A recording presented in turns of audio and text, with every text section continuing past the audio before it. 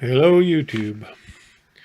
Well, I should have not this before, but finally going to do it now. This is December's bill, and it wasn't too bad. $131, 1,735 kilowatt hours for December. Now, every month's different. It was cold and wet, and not a lot of sun. So I didn't generate a lot.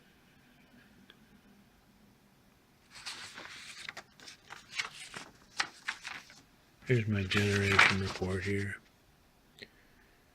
You can see I only generated 65 kilowatts, $7.49 worth. But anyway, they canceled out my account, so I'm clear now. I got zero left. They took the $93.25 and the $7 from this month and put it together. So they gave me my credit, $100.74. So now we're zeroed out. I get to start January with no credits in the bank. But anyway, that's, I was hoping to get through the whole season with my credits, but obviously I don't make enough. And that's what brings us to this sheet here, if I can get it to focus here. See, I only really made 9,441 kilowatt hours. That's all I made for the whole year. And then I used 3,301 before it hit the meter, before it went back to hydro. And I generated 6,148 kilowatt hours of credit. So, when you add them together, you got to add them together. I used 14,195 kilowatt hours. So my biggest problem is I need more solar panels or bigger, better production, one or the other. So anyway, I never got into it to get everything done. So, this without batteries, I figured this is pretty good. So I purchased kilowatt hours for 10,894.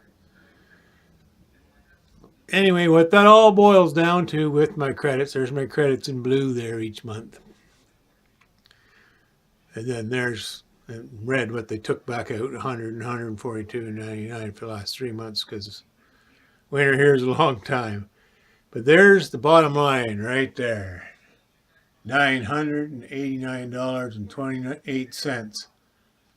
That's how much electricity for the whole year, which turns out to $82.44 averaged out. That might sound pretty good, and it is, considering my house is 100% electric heat, electric hot water, electric everything. I don't even have a wood stove or propane fireplace. So that's it. That's all. $82.44. Shows there's my credits. The new thing I started up here now is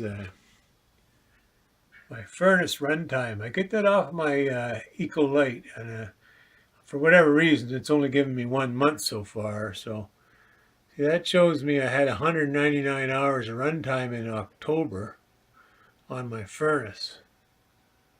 And I figure the furnace burns, it's a water furnace, so it uses pump and dump water and with the heat pump in it. So it burns about 4,000 kilowatts an hour when it's cranked up. I can get that off my meter down here, right? So I know when it cranks up, it turns 4,000 watts. So I figured that cost me 700, just October, 796 kilowatt hours just for heat. Now when I get December and January in there, it'll be a whole lot more. So I don't think I've done too bad. And most of my electrical cost is in heat. And I guess I could do other things, but I wanted to do it all with just electricity. So I'm working on that. I put up that extra 8 panels. That gives me some. I got another 17 to put up somewhere, so I'll have quite a few. I got 40 panels up right now. You know, the average house uses a lot. We never tried to have it any other way but to keep keep life as it is. We have 2 TVs run most of the time, and we're both retired, so we're home all the time. So it just costs more for to be here. But I'm not complaining at $82 a month. That's for my whole house, and it's about 1,000 square foot house. So I could show you some. See, there's some of my Envoy, and there's what that's all I made 2 days in February for 1.74. But January was 279, and this year pretty good because last year I only made 40.4. But it shows you all along, and I can do it by day. So all of January, day by day, you can see the bad weather at the end of the month there. Not very much, and I usually had the roof pretty clean. It's been a losing battle here lately. It snowed every day. It's been minus 20, so that's tough on no sunshine, no solar panels, and costs a lot more for heat. I think it was just yesterday, 20 below last night. I think it was 80 kilowatt hours for the day. So that's, you got to do a lot to get that back.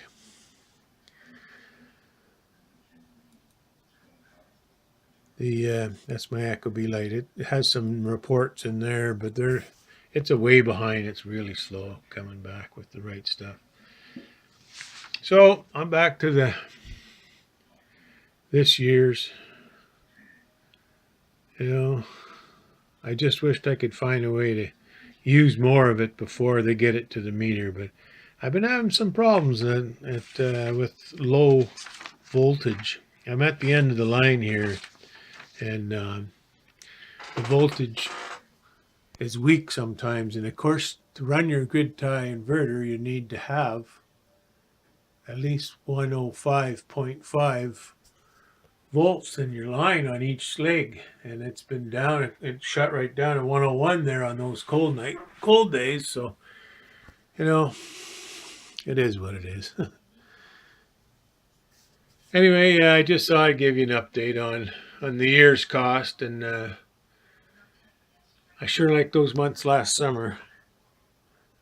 When you go to a month like that, 1,518 kilowatt hours in 1 month. But she's coming again, and now I got some more panels, so I should be able to move that up a little bit.